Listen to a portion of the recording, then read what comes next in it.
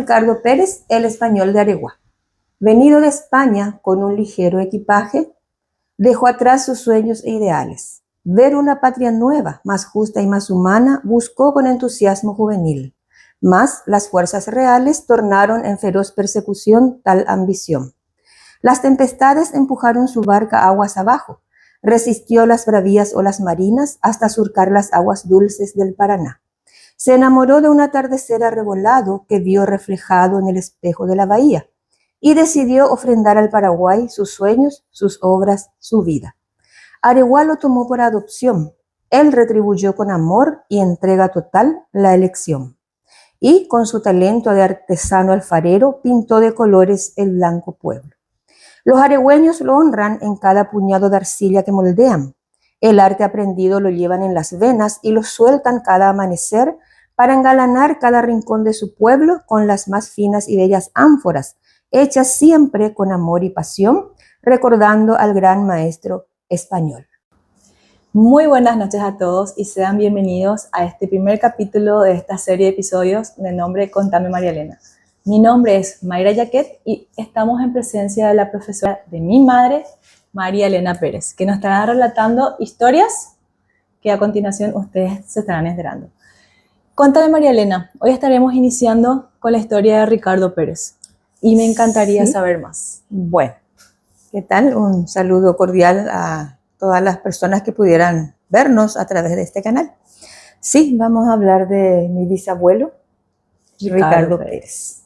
Así como ya se hizo la introducción, él es un español que vino de Valencia y según se cuenta, se contó siempre a través de los años en la familia.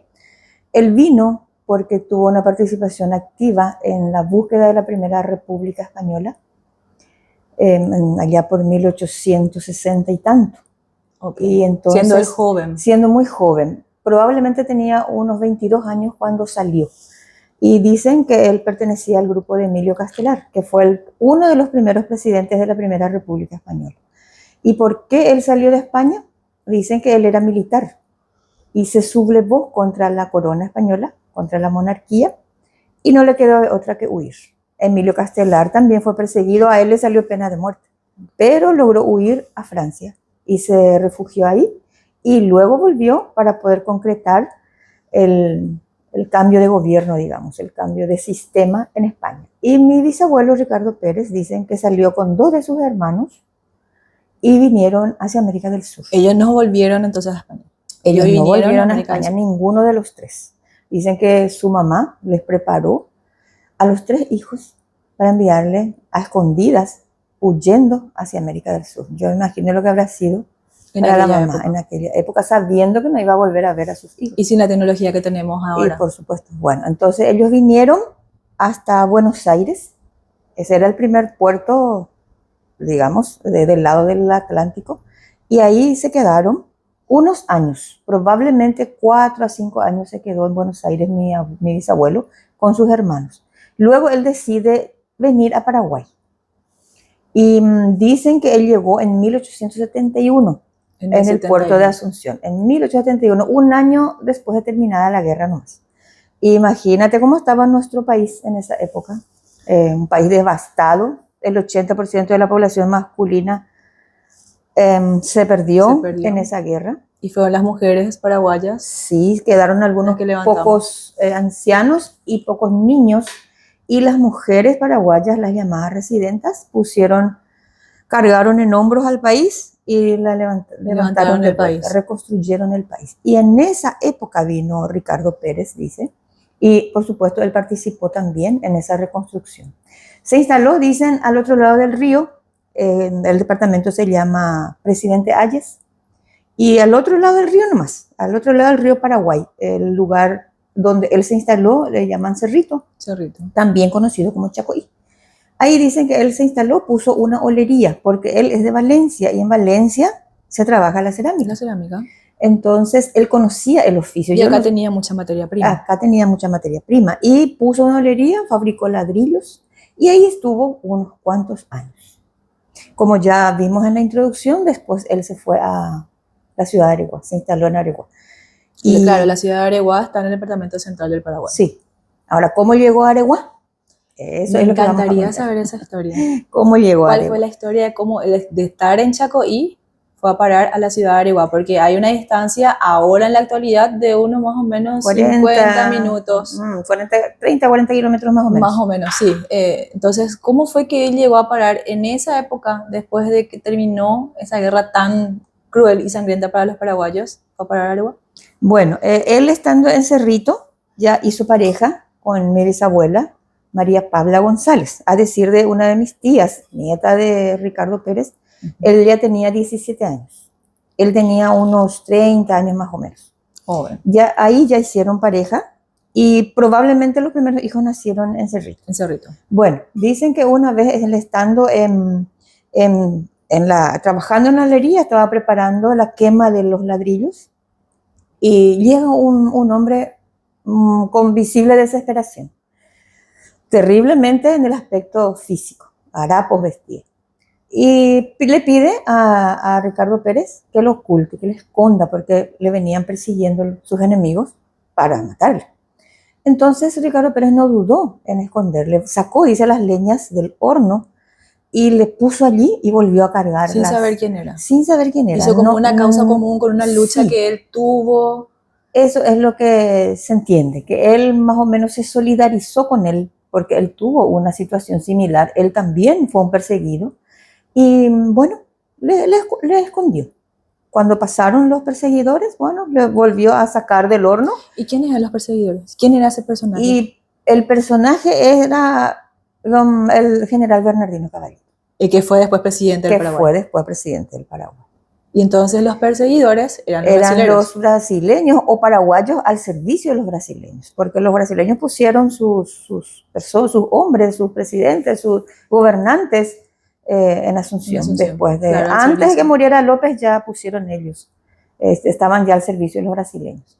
Bueno, entonces dice, él después de sacarle del horno, le hace pasar hacia Argentina, le ayuda a pasar hacia Argentina. Y ahí se va, el general Caballero le salvó la vida a Ricardo Pérez sin saber quién era. Bueno, pasaron los años y después, un día estando él en su casa, en Cerrito, llega un personaje totalmente diferente a aquel que pidió ocultarse, que pidió esconderse en su caballo, vestido así, impecablemente, con gente detrás que eran sus, no perseguidores, eran sus, digamos, sus guardias. Un personaje de importancia que él no sabía quién era. Le preguntó si se acordaba de él, a Ricardo Pérez. Le dice, él no. Y ahí se presenta, le dije, yo soy aquel a quien escondiste en tu horno. Ahora soy el presidente de la República del Paraguay. Vengo para retribuirte aquel favor de salvarme la vida, ¿verdad? Y bueno, entonces se puso a disposición de mi bisabuelo. ¿Y qué hace mi bisabuelo? Le dice, bueno, ya que ahí él era un poco difícil en ese lugar desarrollar su oficio y llevar una vida tranquila, porque había nativos. Era una zona donde había una zona tribus, un poco hostil, nativos. Entonces dice que los nativos le hacían, le hostigaban. Claro, porque entonces, era un extranjero que venía a sus tierras. Entonces él le dijo al general Caballero que le gustaría que le llevase a un lugar donde haya mucha arcilla, donde él pueda desarrollar su oficio. Y ahí aprovechó también para salir de ese lugar. Y bueno, el general Caballero le llevó a Areguá. Y ahí fue como él fue que fue a Areguá. Así se fue a Areguá. Y en Areguá él empezó a enseñarle a los aregüeños. Consiguió traer una máquina de hacer objetos de barro que le llaman a patada o a pedal, porque hacen trabajar los pies y las manos en forma coordinada y van saliendo los objetos de barro. Y decime, María Elena, ¿eso está en tu primer libro de nombre Celestina? Sí. Y contás la historia de Ricardo Pérez en este libro, en este material. Celestina es nieta de Ricardo Pérez. Después vamos a hablar de ella y de esta novela. Y en esta novela están 3 capítulos dedicados a Ricardo Pérez. Y ahí ya está, lo que estamos hablando ahora está acá. Y bueno, Ricardo Pérez es un personaje muy reconocido en Areguá. Areguá ahora es la capital de la cerámica, como ya vimos en la introducción. ¿Y quién le enseñó a los aregüeños el arte de la alfarería? Fue Ricardo Fue Pérez. Ricardo Pérez. Sí. O sea, que él transmitió el conocimiento que él tenía, que lo trajo desde su país natal, España, lo implementó aquí en Paraguay. Sí. Le En la enseñó, ciudad de Areguá. sí, le enseñó a los aregüeños no solo la artesanía, sino le dicen que él también trajo el tema de plantar las frutillas. Dicen de Ricardo Pérez, los que están en Areguá ahora, dicen que él era geólogo, que conocía la tierra. la arcilla, el caolín, todo, y hacían las mezclas justas, correctas, para que salgan los objetos de barro que ahora ahí están en Areguá. Los aregüeños hicieron maravillas con esa enseñanza de Ricardo Pérez. De hecho, hasta ahora. Hasta ahora, claro que sí. Entonces, bueno, este es el primer capítulo de nuestras historias, nuestros relatos. Con esto queremos llegar a todos ustedes y transmitir un poco del conocimiento de lo que es la historia paraguaya, de lo que está en el primer libro de nuestra historia de mi madre, de la señora María Elena Pérez. Bueno, es importante conocer un poco la historia de personajes que vinieron a contribuir con la construcción del país. Entre ellos está Ricardo Pérez. Que es familiar directo y nuestro. Es familiar y con nuestro. Mayor razón. Claro. Y hay muchísimos descendientes de Ricardo Pérez, como yo, bisnietos, como ustedes, tataranietos, y muy pocos nietos ya. En la próxima edición vamos a tratar de hablar con una de las nietas. Vamos a tener una sorpresa especial. Sí, hay preparado un material muy lindo y vamos a estar con una persona mucho más directa a Ricardo Pérez, que en mi caso, que soy la tataranieta. Así es. Y muchas gracias por este primer capítulo y nos vemos en el próximo episodio de Contame María Elena.